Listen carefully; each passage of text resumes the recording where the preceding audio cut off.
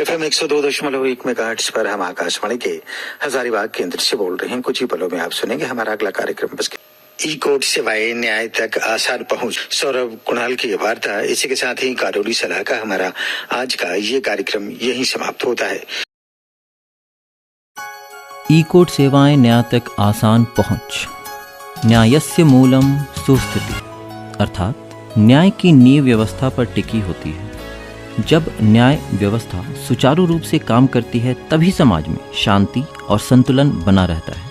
ई court सेवाएं एक digital platform है जिनका उद्देश्य न्यायालय की कार्यप्रणाली को ऑनलाइन और पेपरलेस बनाना है। यह सेवाएं ई कोर्ट मिशन मोड प्रोजेक्ट के तहत लागू की गई हैं, जिसे सुप्रीम कोर्ट और भारत सरकार के सहयोग से शुरू किया गया था। इसके माध्यम से नागरिकों को निम्नलिखित सुविधाएं मुहैया कराई जा रही हैं, जैसे मामलों की ऑनलाइन स्थिति देखना, न्यायालयों के आदेशों और निर्णयों की ऑनलाइन उपलब्धता, मुद्दत यानी हियरिंग डेट की जानकारी प्रदान करना, ई फाइलिंग और ऑनलाइन दस्तावेज प्रबंधन, और 5वां डिजिटल भुगतान प्रणाली। यह सारी सुविधाएं ई कोर्ट मोबाइल ऐप और वेबसाइट के माध्यम से यह आम जनता और अधिवक्ताओं के लिए उपलब्ध है। अब बात आती है कि ई कोर्ट कैसे समाधान प्रदान करता है। तो ऑनलाइन केस स्टेटस देखने से नागरिकों को बार बार कोर्ट जाने की आवश्यकता नहीं होती और ये एक बहुत ही बड़ा सहूलियत उन्हें प्रदान करता है। अधिवक्ताओं और न्यायाधीशों के लिए दस्तावेजों का डिजिटल प्रबंधन आसान होता जा रहा है। ई फाइलिंग से समय और पैसे की बचत भी होती है और ऑनलाइन भुगतान प्रणाली से कोर्ट फीस जमा करना सरल सा होता जाता है। भारत ई कोर्ट सेवाओं को अपनाने में तेजी दिखा रहा है, लेकिन कई विकसित देशों में यह प्रणाली पहले से सफलतापूर्वक लागू हो चुकी है, जैसे एस्टोनिया।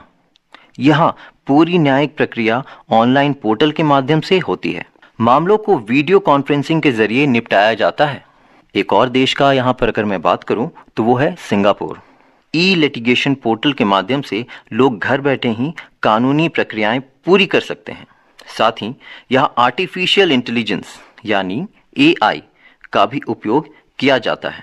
अर्थात मैं ना तो राज्य चाहता हूँ, ना स्वर्ग और ना ही पुनर्जन्म। मैं केवल पीड़ित लोगों के दुखों का नाश करना चाहता हूँ। यह श्लोक न्यायपालिका की भावना को दर्शाता है। न्यायपालिका का मुख्य उद्देश्य न्याय की पहुंच को सरल बनाना है और ई कोर्ट सेवाएं इसमें महत्वपूर्ण भूमिका निभा रही हैं। हालांकि ई कोर्ट सेवाएं लाभदायक हैं, लेकिन कुछ चुनौतियां भी हैं, जैसे कि डिजिटल साक्षरता की कमी।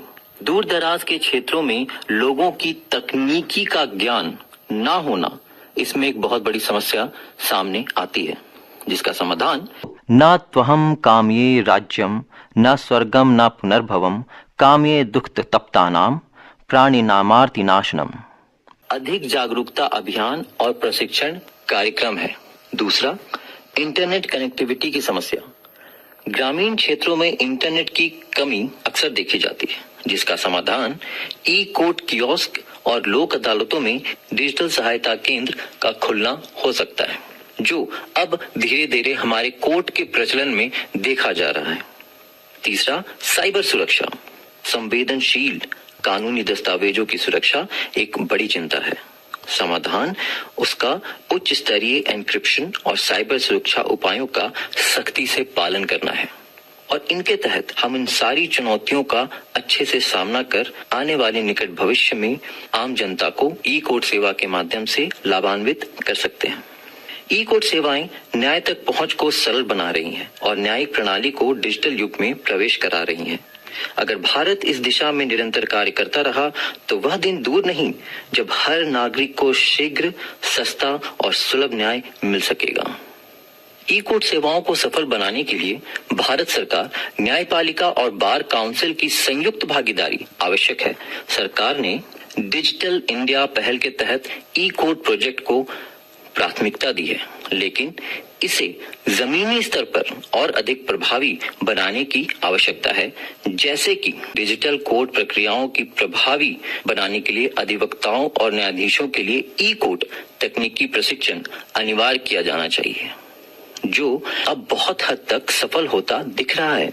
अभी हाल में ही हजारीबाग न्यायालय में 50-50 की श्रृंखलाओं में कई अधिवक्ताओं को ई कोर्ट सेवा की गहन जानकारी दी गई, साथ ही प्रशिक्षण भी दिया गया।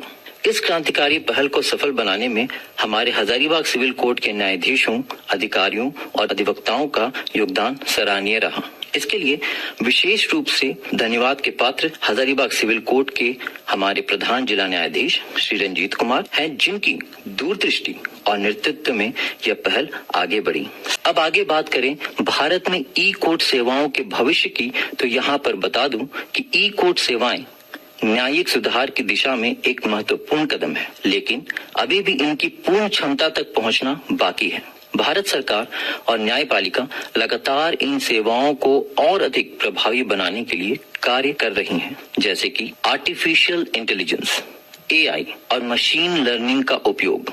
भविष्य में AI आधारित चैटबॉट और वर्चुअल लीगल असिस्टेंट नागरिकों को मामलों की स्थिति और कानूनी परामर्श देने में मदद कर सकते नजर आएंगे।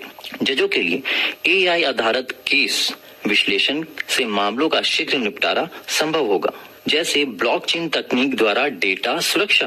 ब्लॉकचेन यानी जो कि 2008 में हमारे बिटकॉइन से संबंधित यह डाटा, एन्क्रिप्टेड डाटा को सुरक्षित करने के लिए इस्तेमाल में आया था। कोर्ट के महत्वपूर्ण दस्तावेजों की सुरक्षा के लिए ब्लॉकचेन टेक्नोलॉजी का उपयोग किया जा सकता है, जिसे डेटा में किसी भी प्रकार की हेरफेर नहीं हो सकेगी। हर जिले में और तहसील स्तर पर ई कोर्ट कियोस्क स्थापित किए जाएं, जहां लोग अपने मामलों की जानकारी ले सकें और ऑनलाइन आवेदन कर सकें, जो कि अब धीरे धीरे जमीनी स्तर पर देखा जा रहा है। विद्या अमृतम श्नुते, अर्थात शिक्षा से ही अमृतत्व प्राप्त किया जा सकता है। इसी तरह न्यायिक साक्षरता से ही नागरिक अपने अधिकारों को भली भांति समझ सकते हैं और न्याय प्राप्त कर सकते हैं।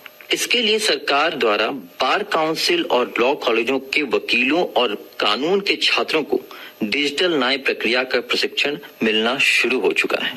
सर्वे भवन्तु सुखिनः, सर्वे सन्तु निरामया, अर्थात सभी सुखी रहें, सभी रोग मुक्त रहें, और इसी भाव से निहित इसी प्रकार न्याय भी सबको समय पर और समान रूप से मिलते रहे, ताकि हमारा समाज स्वस्थ और सुचारू रहे। ई कोर्ट सेवाएं केवल तकनीकी सुधार नहीं, बल्कि न्याय तक पहुंच का एक सशक्त माध्यम है। आने वाले वर्षों में भारत अगर इन सेवाओं को और बेहतर बनाता है, तो हमारी न्याय प्रणाली दुनिया में सबसे तेज और पारदर्शी बन सकती है। तो आइए हम सब मिलकर इस परिवर्तन को सफल बनाएं और डिजिटल न्याय की ओर आगे कदम बढ़ाएं और अग्रसर हों।